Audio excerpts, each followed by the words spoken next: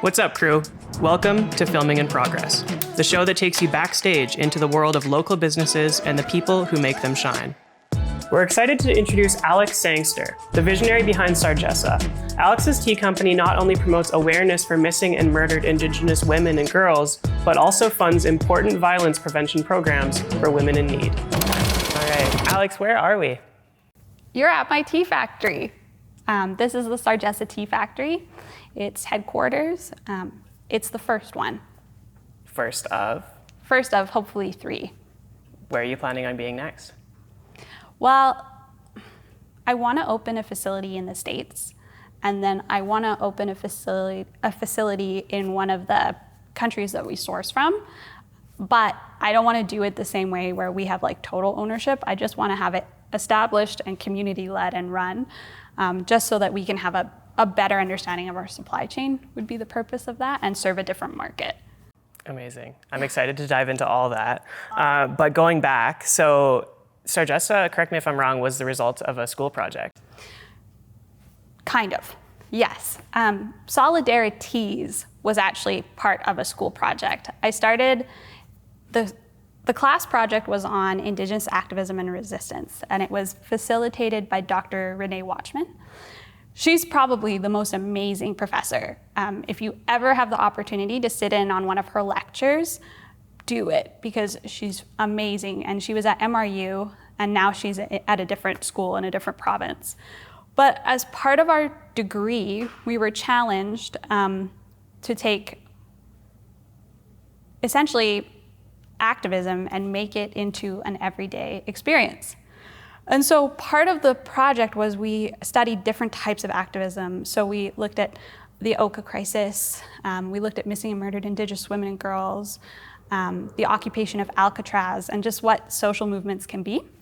And when we were studying missing and murdered Indigenous women and girls, there's so many different types of violence, and they have different sources, but the underlying conditions of colonialism that created kind of the systems that allow for this to happen are very similar to systems that existed in Trinidad, which is where my family is from on my mom's side. And we also have a crisis of women being murdered. And so this was kind of heavy on my mind. And I went to Good Earth and I looked down at her tea. I think they were sourcing Mighty Leaf. And I was like, I could just make a tea that brought people into conversation about this issue.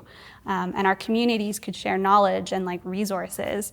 And what could happen if I did that? And what if the packaging, instead of having like, static imagery that's like problematic, what if we featured empowering stories of women and women in movement, and what if they were cultural dancers to represent like the diversity and respect that we want to create for the women that we share space with, essentially. And so that started, and then we got into the tea. Like, what if I talked to elders, not just from Indigenous communities, but my communities, about the plants I was using, and like all the ingredients were in solidarity with each other, some from like local, but also places like international, what could happen? And it kind of just grew and grew and grew. So I handed the project in and I got an A, and then I couldn't stop thinking about it. For 2 years, it was like all I thought about. And then finally, I had gone to study in Amsterdam and Barcelona. And when I came back, I just knew I had to do something. So the semester I started my honors thesis. I also started a tea company. I had invited somebody who I'd met on campus to partner with me, and the project was named Solidarities. So Solidarities operated, I think we officially launched in February of 2017, and then by July of 2017, the entire partnership had just unraveled. It was probably the most challenging experience of my life because I didn't know what to do.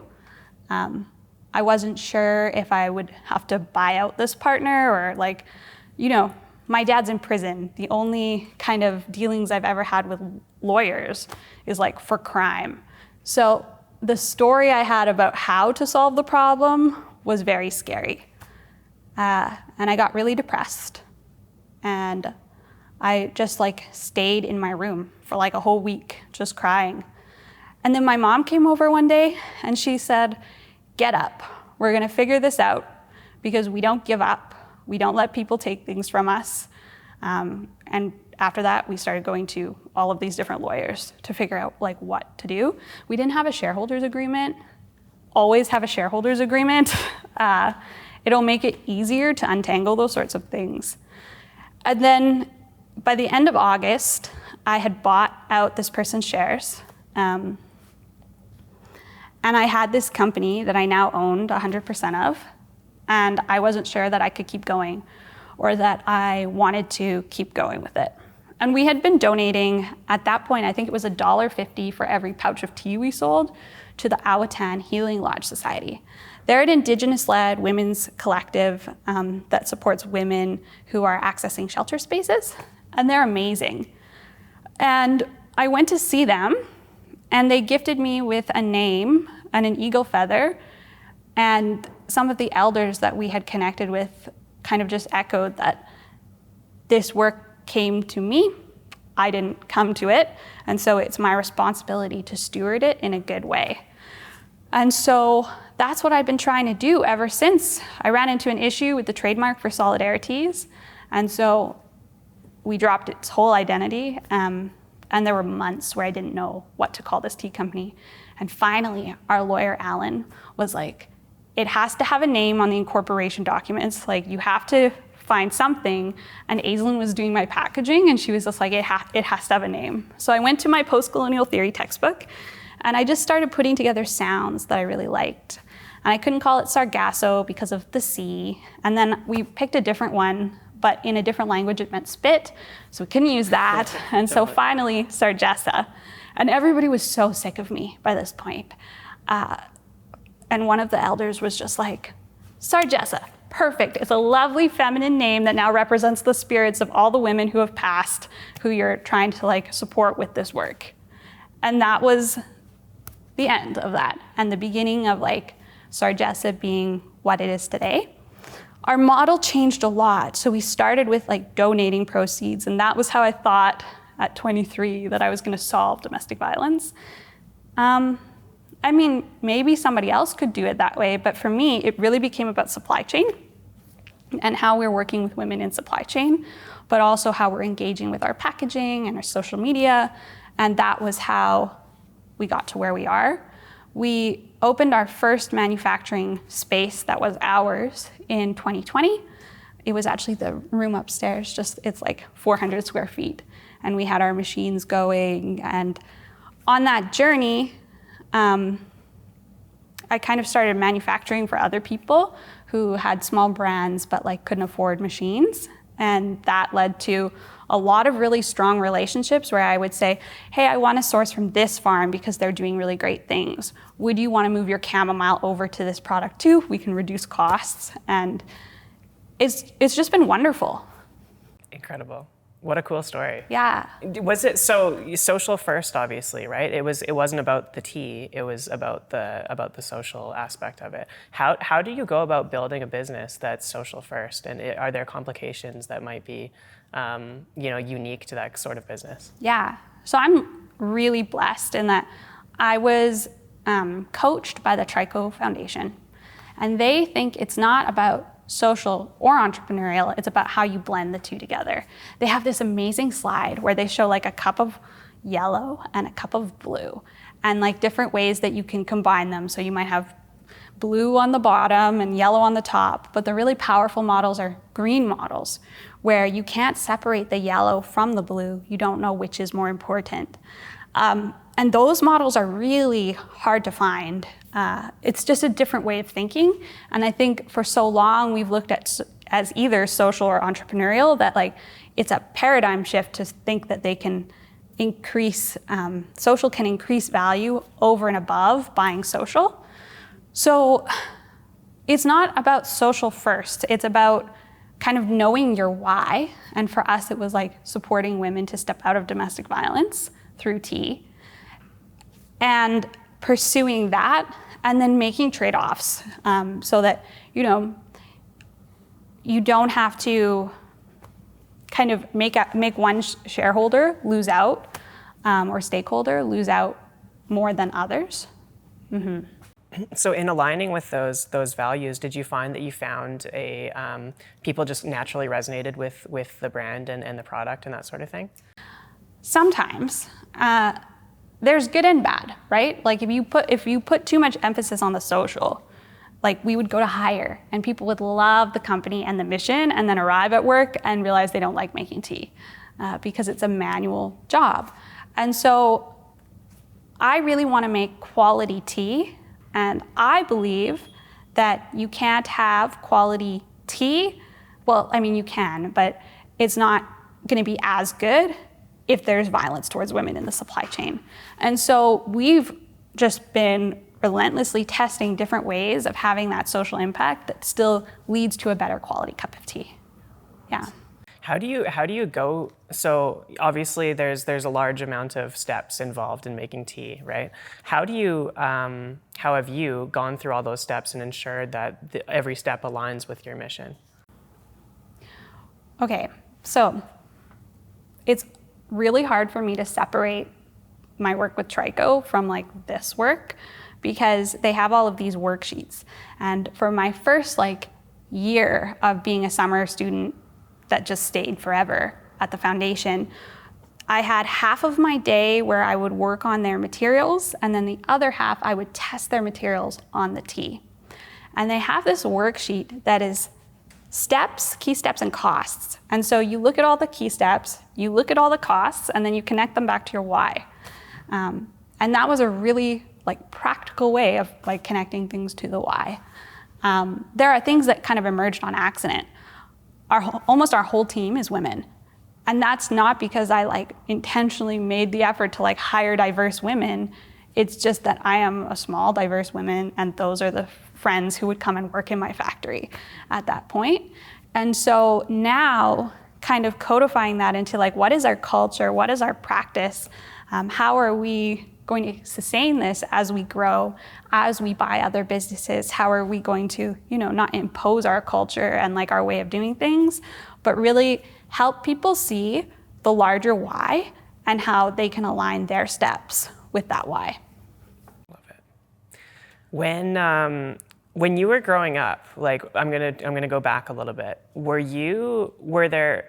Was there indication that you were going to be an entrepreneur or own your own business or a founder or anything like that? Or were you just so attached to the why when you came across it that it just made sense? That's an interesting question. So my dad is in prison, but he also was very entrepreneurial. And I have memories of selling tulip bulbs with him. But my mom, he wasn't around a lot. And my mom and my grandmother were really big forces in my life. My mom raised me. My nanny was really part of kind of how I got reconnected to my culture. But my mom worked 6 jobs. And people wouldn't say that cleaning houses or teaching art classes to make ends meet was entrepreneurial, but it was. And so I just kind of learned it. I was also incredibly bossy, the bossiest. I didn't like being told what to do. And so I knew that whatever I was doing, I would have to be the best at it so that nobody would boss me around. And my husband, Wally, he's always had businesses. His parents were part of a supplement manufacturing kind of family, and they have a store. And so meeting them, especially Wally's mom, Constance, Connie, I lucked out with her because she's also quite bossy and lovely and kind and super direct. And I was able to learn that you can have a business and it not be fraud. You can have a business and not end up in jail.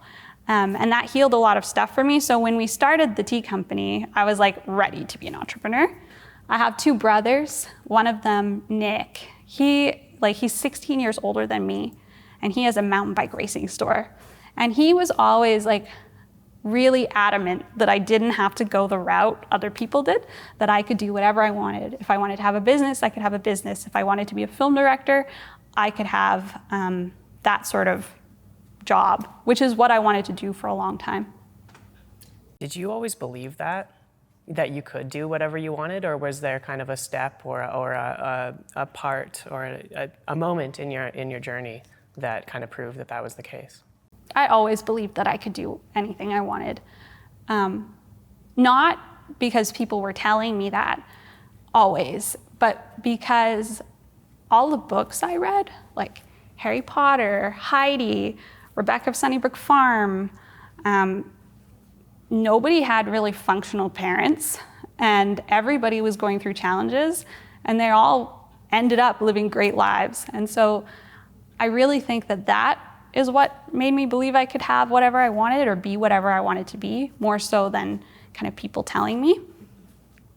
What traits do you think you've learned along the way that are crucial to success in entrepreneurship or being a founder? I don't think it's traits. I think it's techniques. The foundation really stresses the importance of techniques to make the most of challenges and opportunities. And I learned a set of techniques that I use to problem solve, to make the best decisions I can in the moment, knowing that, there's always luck. There's always stuff that interrupts and might make it so that your best laid plan will go awry. But yeah, Dan from the foundation talks sometimes in his presentations about the marshmallow test and how people thought for a long time that it was kids' discipline to not take the marshmallow. But it was actually, the ones that were successful were doing things like counting, they were distracting themselves. And so I don't think it's about willpower or discipline or courage. Those things are great, but I think it's the techniques that we use to make the most of where we're at that really solves problems. I love that approach. It's so great. Yeah. All of these tools are publicly available on the website, and I would encourage everybody to look at them. Can you give us an example? What's a problem that you've solved through a technique that might not have been approached that way traditionally? Okay. Friendly, wise skeptics is this concept. It's not a mentor or a coach. It's somebody who's friendly and wise, and they've gone the path before you and can see the holes, and they're super skeptical of all your plans. Find you some people that are like that, because one of my favorite moments was I thought when you had tea, you were supposed to metal detect with a wand from the airport. So we bought one of these airport wands, and I was on a call with another tea maker, and in the background, one of my staff is holding this bag and he just cracked up. He was like, "This is not the way the system is supposed to work." And he teased me mercilessly about it and then showed me the proper approach. I find that is a really great way. Often, if I'm having a big challenge, I have specific friendly wise skeptics where it's just they're not general. I can't just be like, "Hey, Dale, you know so much about mechanics. Can you advise me on tea quality?" It doesn't work like that. They're very specific. So I have a roster of people where it's just if I'm dealing with a mechanical issue, I call this person. If I'm dealing with a quality issue, I will talk to these CEOs. And if I am hitting a point where we've grown so fast that my systems are breaking, I will find an entrepreneur who has hit this level of revenue in this amount of time and ask what systems they use to kind of build that. Learn from other people's expertise. Yeah. Affordable loss is another really great technique that people don't think about. When you have a problem, design a test that is within the realm of affordable loss so that you don't go bankrupt or you don't hit a decision where the consequence is so big that it just takes you out of the game fully. Mm-hmm. You said these concepts are all on your website? Not my website, on the foundation website. Amazing. Yeah, I'll send them. Please do, yeah. You explained going through what we call a business breakup. Yep. What did you learn from that experience? That's really interesting. I think in any partnership or any relationship, you learn 10,000 times more about yourself than the other person. And you learn things that are impossible to learn just on your own, just about how you handle stress. I think that I was really lucky in that it happened really early. I was really lucky in that looking back, like at the time, it felt like the world was absolutely ending. It felt like I was never going to recover. How could I have this partnership with another woman that failed and then like be doing this work to support women? And now looking back, it really like seems like small potatoes. I learned that I would need to put really strong kind of processes and guiding principles in place to manage my relationships in the workplace. It was the first time that I realized that being a business owner and a founder is different than being a professional CEO. And you have your business growth journey, and then you have your journey as a CEO. And you have to invest in both equally, because otherwise you're gonna grow your company to a certain point, and people are gonna come in and they're gonna wanna oust you because you are not a CEO. You haven't learned how to like drive that level of growth. It's a different type of thinking, and putting together your team. And so knowing that really shaped how I moved through community in the next few years and the ways I invested in myself to make sure I wasn't an asshole to my staff or an asshole to work with. You know, I'm sure there's still people in community who will say that like I was not nice to work with because I'm very particular. I have a very specific way of doing things. But I think as long as you're aware of that and like always working to be better, it's like, you know, still manageable, still understandable, relatable. Well, I think there's an element that of business that requires that. Otherwise, you know, there's no expertise, there's no great product if there's right. no particularity, right? So, yeah. And then you have to bring your team along that journey too, because the people you hire, somebody told me this, the people you hire at the beginning might not be the same people that are with you 10 years in. And that annoyed me. I don't want to leave my team behind. And so if they want to leave, that's fine. But if I can invest in the learning and the systems to help them grow and help them learn, and like, people don't need to be passionate about the why. They don't need to be connected into the why on my team, but they do have to be responsible for their own learnings and like attuned to our kind of principles of engagement on how we want to show up in the world. And if I can make sure that's right and help people hit their goals and their alignment and like keep them as part of the company, I 100% will. So how do you foster that within your team? You know, is it an attraction thing because your why is what it is, then that attracts the right people, or? Oh no, it was the opposite of that. The why attracted the wrong people a lot of the times. Mostly, it was just like, at the beginning, I hired my friends, and then my friends and my sister and my family stopped taking my calls. I would be like, I need help. Can you come and help make these tea bags? And then Emily is probably my business best friend. I trust her more than I trust myself sometimes. And Emily and I met at the dog park. I thought she was trying to steal my dog. I didn't have my glasses on. And it turns out her dog was named Reuben, and the same color and same size and same collar, but not my dog. And so I chased her at the dog park, and then we kept in touch, and she was living about 3 blocks away from the commercial kitchen. And Emily has some stuff that made it challenging for her to work in a regular kind of setting. And so one night at midnight, I call Emily and I'm like, I need help. Nobody will come. And so Emily started coming at nighttime to this boiling hot commercial kitchen where people were making cakes and pizza and helped me pack tea. And Emily and I, because Emily, to give you context, Emily now lives in Vancouver and has her own startup focused on mental health. Because Emily had such strong ideas of like, you know, how to create equity in the workplace. And I had such like a willingness to like shape a culture different.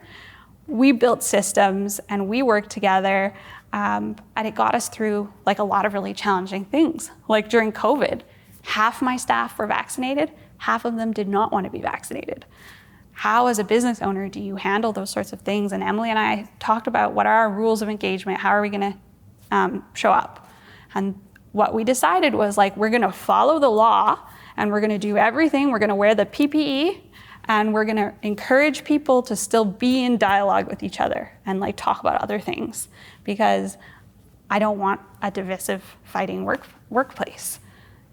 Yeah, And that was how we handle it. And then having those systems, and like also my team, especially our production coordinator, is really aware that I'm still learning. When you start a company at 23, I don't think your brain fully develops till you're like 30.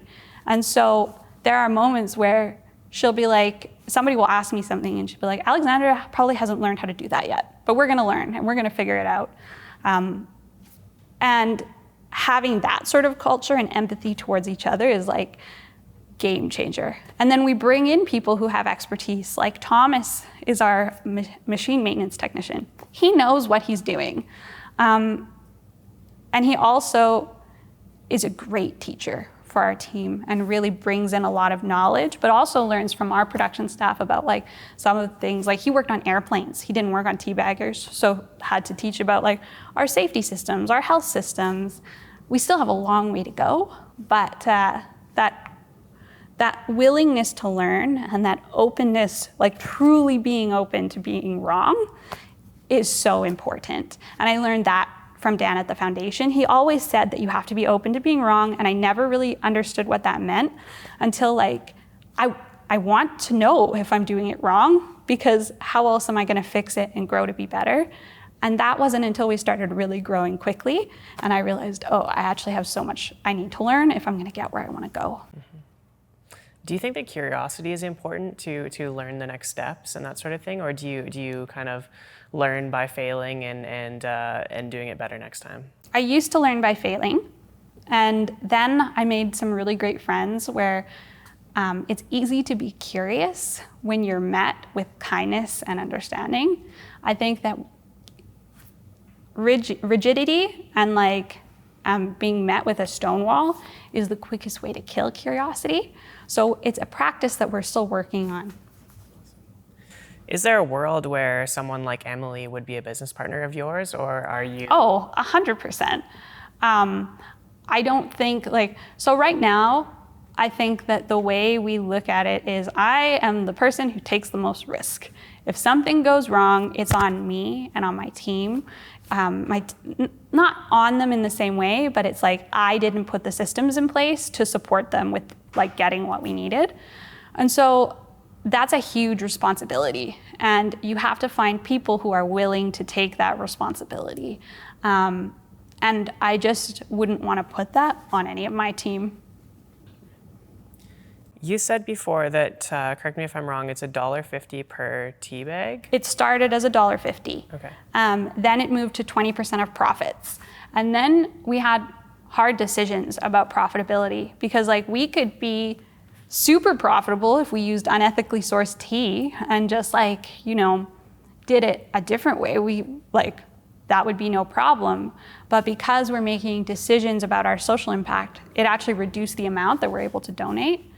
Like one of my greatest shames is how little we can actually donate per year. It's like the same amount now as it was in the beginning, which is why it didn't make sense to keep going that way, because we were donating, but we weren't actually solving the problems. And so we'll still donate, we'll always donate. But I now look at we had a social impact coordinator start in 2023, which lifted a lot of that reporting off of me. And she's going to be documenting in our, I think we're doing our report launch on March 8th, because I think that's International Women's Day. But it will outline all of the social impacts we have, all of the donations, all of the ways that we are using the business to support women's equity. And I think it's actually close to 25 to 30% of our total revenue goes towards our sustainability, our women's impact, all of those things. Ideally, we get it to 100%, where you can't separate the good from the work that's being done on a day-to-day. What kind of education is required to the average person to kind of educate them on the work that's being done as a result of buying your tea? I don't think average people care about the work that's being done with the tea. I think people, the customers that I'm looking for, really just care about caffeine that is readily available and hot nearby. And that, the specific subset is people who don't want to drink coffee, or people who've been raised up in tea. Like, that's why our price point is so much lower than other specialty tea companies. We retail at $5.49, which is still more expensive than the like regular drinking teas that are available on the market. But we wanted to make something that was like quality, affordable, met the need, while doing all the social lifting underneath so that people don't have to think about it. People should not have to worry, is my cup of tea exploiting people? Like, it just adds so much mental load onto the customer who is already like dealing with hard times. It's not a nice economy we're in right now.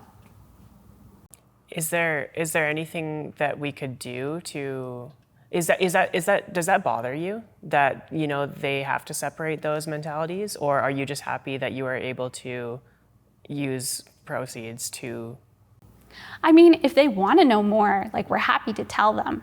And I think that because we do share information more, there is that trust and there is that understanding and like working together. But it doesn't bother me because we're doing a service, we're doing a product, and the purpose is to like hydrate people through like tea. I think that there's like things we're doing with our new machines is we've got tags, and we're going to include things that like spark joy for women, especially. Women are the highest like demographic of tea drinkers, and focusing on blends that like, I don't think we're gonna have medicinal SKUs. Lots of my friends do really, really amazing medicinal teas, and like they're winning in that market. I think it's awesome for them, and that's not who I wanna be. But I would like teas that are so fabulous that they leave people feeling a little bit happier, and that no matter like what you're dealing with at home, that they are a spark of joy, and maybe offer some like ways of moving through your day in a brighter way. Mm-hmm. Do you experiment with different blends and that sort of thing, or have your own unique ones? Yeah. We do. We have a lab in the corner upstairs where it's all of the different samples from farms, and we'll blend. We have a research and development staff member, and she does most of it now. Most of the teas originally were just like things that came out of my head that I thought were good, and then I was so sick of tea. Like, I didn't want to cup any more things. I didn't want to drink anymore. It's actually a joke for our team of like how I never taste test anything because I just don't want to anymore. So other team members drink the tea. That's hilarious. Like, actively, you don't drink any of it? No, not really. Like, I drink a lot of tea. I just don't like sit there and like cup teas anymore or like taste test. I probably have like the most underdeveloped palate of all of my friends. Like, I went to this tea bar with one of my friends in Vancouver, and he had this beautiful green tea to try. And he's like, "What do you taste?" It's like, poultry. And those things don't go over very well. I'm not fancy. I'm just like really basic. Right. Mm-hmm. Hilarious. You touched on the packaging a little bit in your story at the beginning there. I'd like to dive a little bit deeper. So what is on the packaging, and what does it mean? Yeah. So we have dancers on the packaging. We've worked with a number of artists from different communities on the packaging. Usually it's communities we have relationships with, we source from, we're committed to donating proceeds to, all of that. The first 3 blends have Indigenous dancers, and that was important to me because we wanted to really address the fact that missing and murdered Indigenous women, girls, and Two-Spirit people is like a huge crisis in Canada. I don't think there's a lot of data easily accessible on US numbers, but I think when I started in Canada, the number was 4,000, the activists were saying. I can't even hold how horrible that is. Like, it just makes me so ashamed. And so we feature dancers that are commissioned by community members. Dancers are in movement, they're in motion, they have agency, and that's what we wanted to show on our packaging as well as our commitment. Lately, like all the way through, but lately a lot more, we've been getting a lot of people being like, "Alexandra, you're so racist because you are not Indigenous and you have these dancers on your packaging."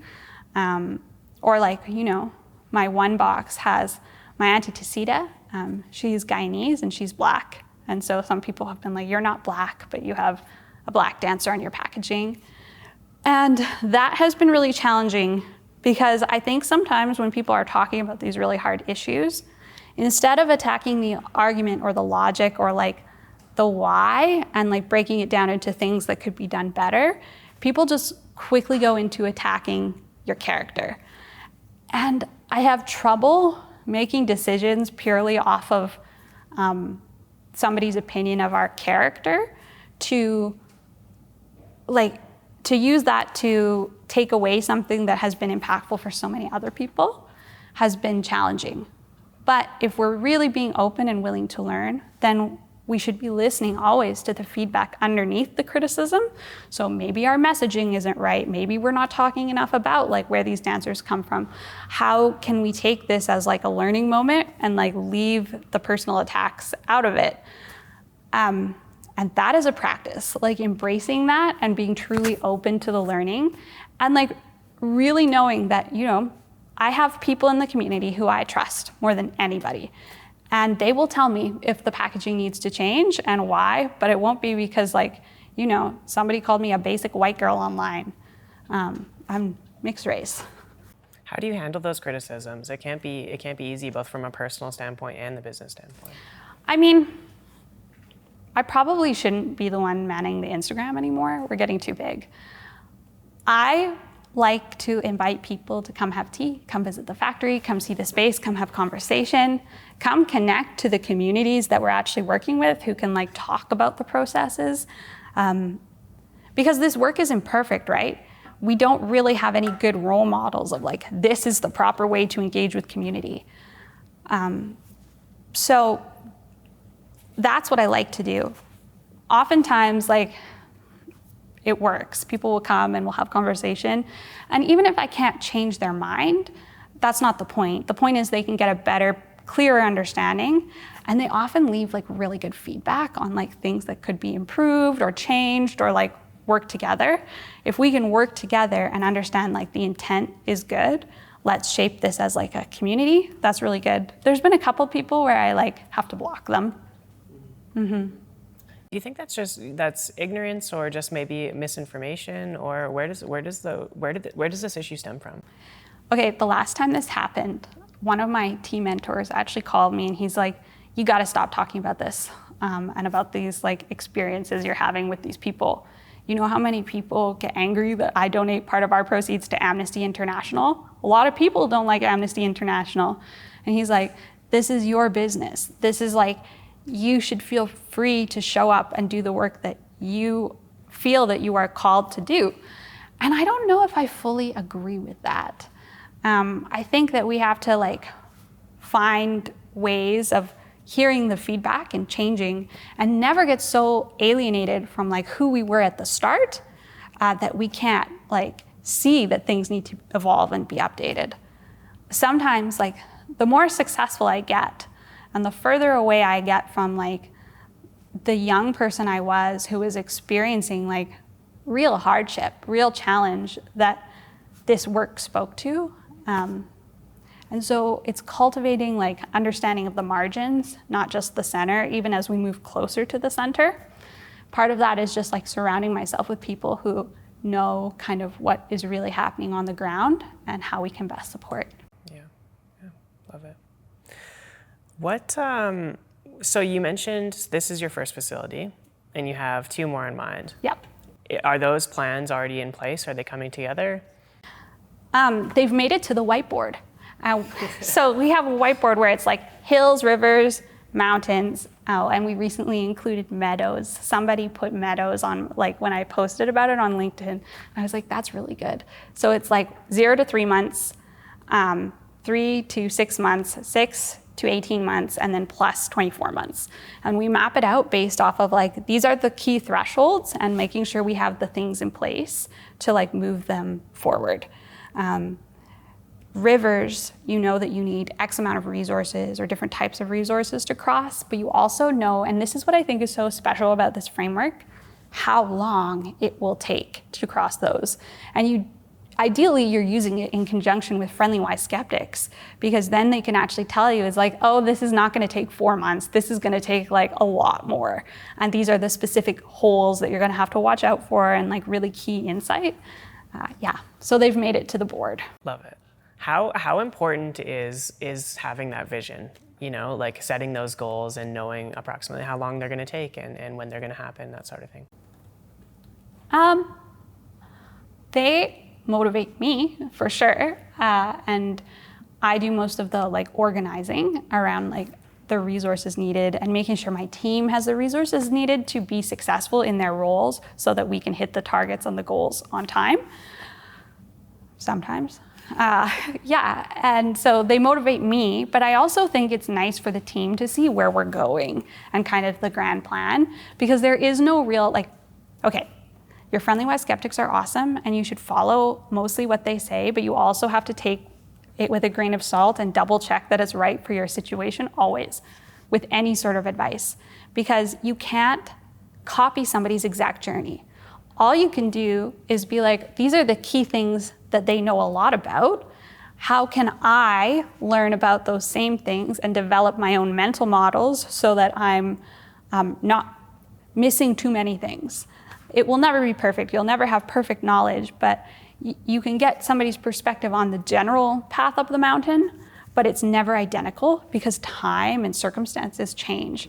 And so having our whiteboard with our path, and I actually think I took this whiteboard home just because I like it so much. I'll bring it back, but you can see our path.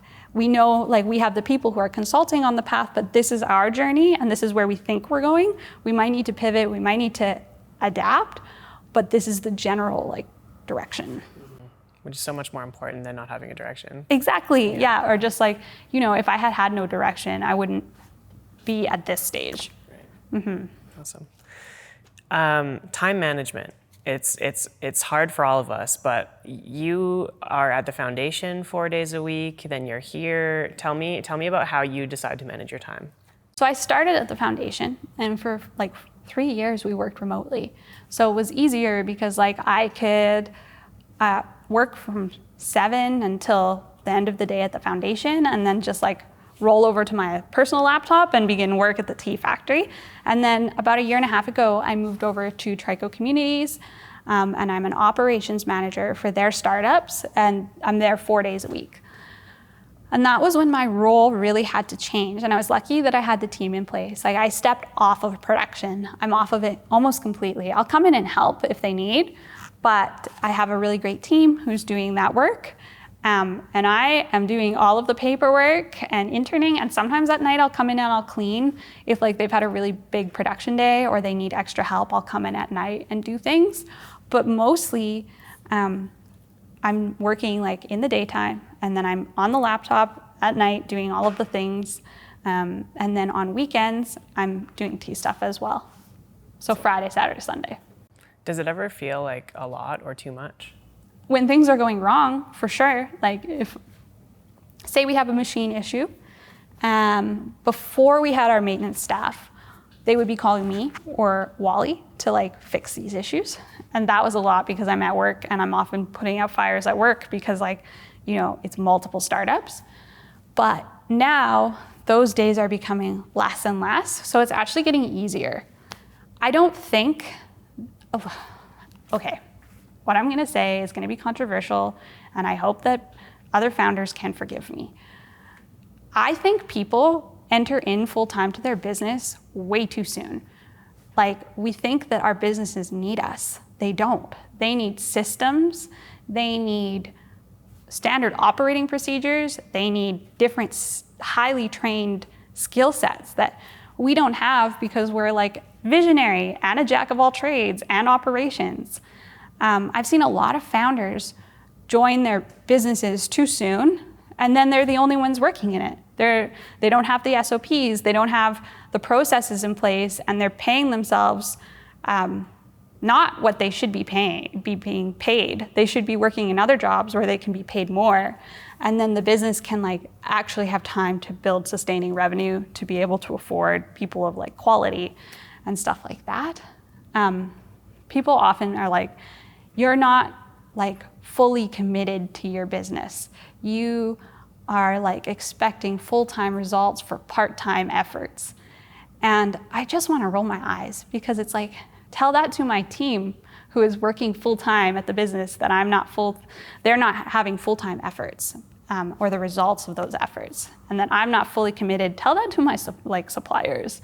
They'll be so worried. And then tell that to my customers. Like, they probably will have some things to say.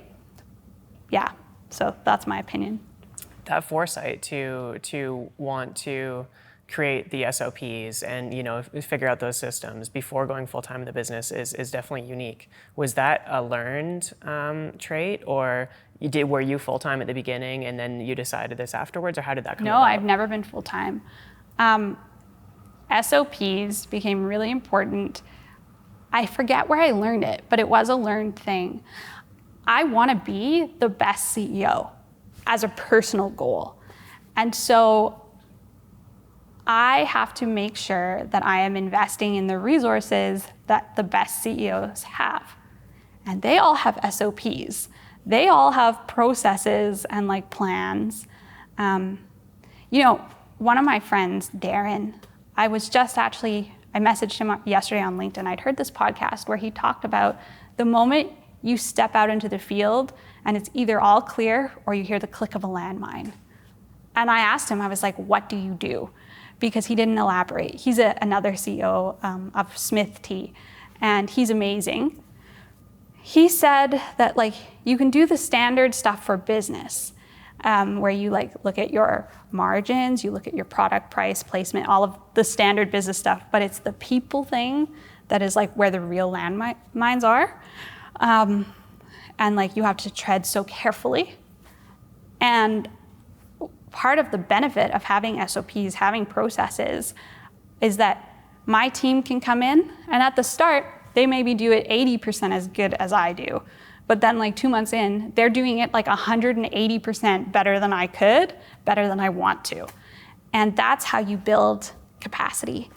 And like putting together SOPs, having plans, having processes in place, this is a pretty new learning for me. It's like 24 months I think we've had any sort of plans. We went through a really big growth spurt about 2 years ago, and it was really hard on our team, and that was how we kind of entered into like needing processes, because having staff is a privilege, it's not a right, and you have to set people up for success. Mm-hmm. Fascinating. I think that's something that people learn too late is, you know, especially as a solo founder, a solo entrepreneur, you burn yourself out. You don't have the procedures and processes in place so that other people can come in and learn to do, as you said, you know, maybe it takes a little bit more training, maybe it takes 2 months, but then they're going to get better than you eventually. Right, and you don't have to do them all at once. You do them department by department. So for us, it was like machine operation, and then it was safety, and then it was while Thomas is working on maintenance. And then it was procurement, like it was all of those different pieces. And as our team built the capacity to build SOPs, our team was able to then make the SOPs without me. And that was like a huge kind of lifting off, because then we can delegate. It's like, okay, you're really good at these things. Can this be in your wheelhouse? Can you manage it? I'll pay for the trainings. I'll send you to wherever you need to go to like learn. I just can't hold it in my head. It can't be my responsibility. So for people that are stuck in that space and they're unsure about how to go about creating an SOP for their business, what would you recommend? I mean, now we have ChatGPT. I think the real problem, people don't know how to identify what needs an SOP. At the beginning, you don't need a ton of SOPs, but you need to know which ones are absolutely critical. If this goes wrong, this will kill people because the tea will have salmonella. I actually don't know if I've ever heard of somebody dying from salmonella from tea. Maybe that's because our industry is bomb at SOPs. But yeah, you know, knowing those key critical points where it's like, if this goes wrong, the whole thing falls apart. Contracts, another really good learning. Making sure you have supplier agreements, you have customer agreements, you really, really read your distribution agreements. Like, people don't do that. And those are critical points where if something goes wrong, it can just destroy your business. Where do you personally get fulfillment from what you do? I don't know that I'm actually that fulfilled. I think it's a constant filling and emptying and filling and emptying. I love spending time with other team makers. I love our community. I love our industry. I love watching my team nail it when they've worked hard on something. Like, I love watching them like put something in place that they've been working on and just like totally kill it. There's small wins, right? Like, we got a mixer and the mixer worked great, and then we outgrew it, and so we sold the mixer and we bought a bigger mixer that's arriving. It's those sorts of moments. It's like every time I get to do payroll and know that, like, yeah, I'm paying people. This business is generating enough that it's sustaining people in a really material way, and that I get to, like, you know, be the one who's responsible for, like, okay, our team is growing. There's like 15 people in like various roles doing various things. Not all of them want the same types of benefits. So like, as we start to look at like what our HR strategy is going to be and what like benefits and systems we want to have in place, how are we going to engage? It gives you an opportunity to really test innovative and new ways of doing stuff. And sometimes they're a disaster and like we don't do them again. And sometimes it's like, oh, this actually really works, and like, how are we going to adjust it and like make it work long term? Love it. Is there a litmus test or anything like that for knowing that you're doing the right thing? No. I took a class on decision making by Annie Duke. Annie Duke is a world famous poker player. She's awesome. And there is just the like build up to the decision, all of the work you do to make sure you're making a good decision. And then ideally, you have different options for a decision. And those decisions, like, you've done enough research to know that they're all good outcomes. The difference between them is so small that it doesn't matter which one you pick. All of them will have good outcomes. Sometimes luck gets in the way or forces outside of your business. But your quality of life and like knowing you're doing a good job is actually influenced so much by the quality of your decisions, luck, and like the quality of other people's decisions on your team. And so if you can build that muscle, it's less about doing a good job and more about like, did we do the best job we could with like what we had at the time? I love that mentality. I think that's so important because I think a lot of people gauge their success or their, their self-worth or whatever the case may be on the grandiose, the P&L or whatever the case may be, but not maybe those individual decisions that we all make every day. But like, you don't have to have like huge amounts of revenue to do cool things. You need to be profitable, because like, if you're not profitable or at least sustainable, your business will die. But you can be small and buy other businesses. You can be small and source ethically. You can be small and invest in your social impact initiatives and like come up with crazy cool industry breaking ideas. And then if you have relationships with other people, the uptake of those ideas and systems becomes much bigger, because like, if we trial something in our facility and it goes really well, we just share it with other people, and like, that's reputation building, it's friendship building. Even when things go wrong, something goes wrong, I will share that with my peers or my customers, and like, they'll either troubleshoot a solution or like, it will help somebody else from like having those same experiences. But it's not learning for the sake of like, I had this terrible thing happen and I learned, which makes it okay. It's, I had this terrible thing happen, but I had already pre-mapped what exactly I wanted to learn and how I would know that I learned enough to like make it an okay decision. Right. Mm-hmm. It's like building in public, right? So that others can take that knowledge as well. Exactly. But like, I don't even know if it's building in public, because like, there's still stuff I don't want to share. But it's not with other tea makers really. It's just with like, I find sometimes that when I speak or when I share stories or like things, they get taken out of context and misapplied, as opposed to like take the process and apply it to your situation. Don't try and do what I did, because that will just be a mess. At the foundation, we have a sheet. I say we, I'm not part of the foundation, but they've so impacted me. They have a sheet on testing. And there's 3 important questions that it's all important. One of it is like, what if the way you're looking at the world is wrong? And they use an example of like different types of bloodletting from back in the day where you could improve the process, but it was really that the entire thing, bloodletting, was like the wrong way to solve the problem. So I use that a lot. But then there's also like, if you are going to test anything, knowing what will you do if you get 100% of the results you want? What will you do if you get 50% of the results you want? And what will you do if you get 0? Write it down, have your team write it down, put it away, and then at the end, bring it out. Because like if we get 0 of the results we want, we're like bound to do what we said we would do on the sheet. Because like I'm the worst at that. Something's going wrong, I just want to give it a little bit more time. I just want to try it a little bit harder.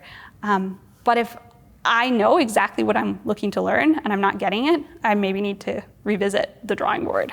That's so incredible. Isn't it amazing? Yeah, it reminds me of emotional versus or reactive decision making, or emotional versus kind of rational, I suppose. Yeah. Right. Yeah. And like, it's just such a practical tool that people can use. Mm-hmm. Awesome. Thanks for sharing that. No problem. What does success look like for you? I think success looks like continued growth and continuing to have optionality. Jason Fried, I don't know what his name is. He's awesome. I follow him on LinkedIn, and he did a post about how important it is to have options in your business. Options to like not take a specific client, or to like not take a certain project because you have enough cash flow, you have enough things, and you can work on the things that you actually want to work on, the problems you want to solve, the sources you want to work with, like all of that. And so success looks to me like building in more of that, remaining profitable, building people's jobs, building our team. We're going to have a factory that I think we're going to buy a building in Calgary and turn that into our factory, and it will have AC throughout it. That will be success, because then my team won't be so hot all the time. Important this week especially. Yeah, exactly. Nobody wants to make tea bags in 34-degree weather. No doubt. Mm-hmm. Do you consider yourself a connector? No. Do you? No, I don't. But we're grateful for you, because you've a lot of our previous guests have been connected by you. Why would you say you're not? I don't really like connecting people unless I know that it 100% can give value. I find that like people will make connections and it might go horribly wrong, and like I don't want to take responsibility for that. I've learned that like my network and my community is precious, and to treat them like that. I figure like I could trust you. I watched how you did your interviews. They seemed pretty like, kind and happy and full of stories. And so I thought of the kind and happiest people who had the best stories, and I just sent you the list. We're very grateful. Yeah. What's next for you? I'm going to buy a factory. That's my next thing. I think I'm going to apply for financing in January for it. We have 2 years left on the lease here. And then from there, we will have to buy the facility, probably like reno and develop. And then hopefully by the time the lease is over here, we can move our machines and everything there, and then have this be fulfillment. Awesome. Where can we send people to follow along the next steps of your journey? You can follow me on LinkedIn, because that's where I post it's like a diary of like my misadventures. And you can follow our tea on Instagram. And yeah, that's where you can send people. Awesome. We will do that. Mm-hmm. Alex, thank you so much for this conversation. It's been absolutely incredible. Awesome. I'm so happy. Likewise.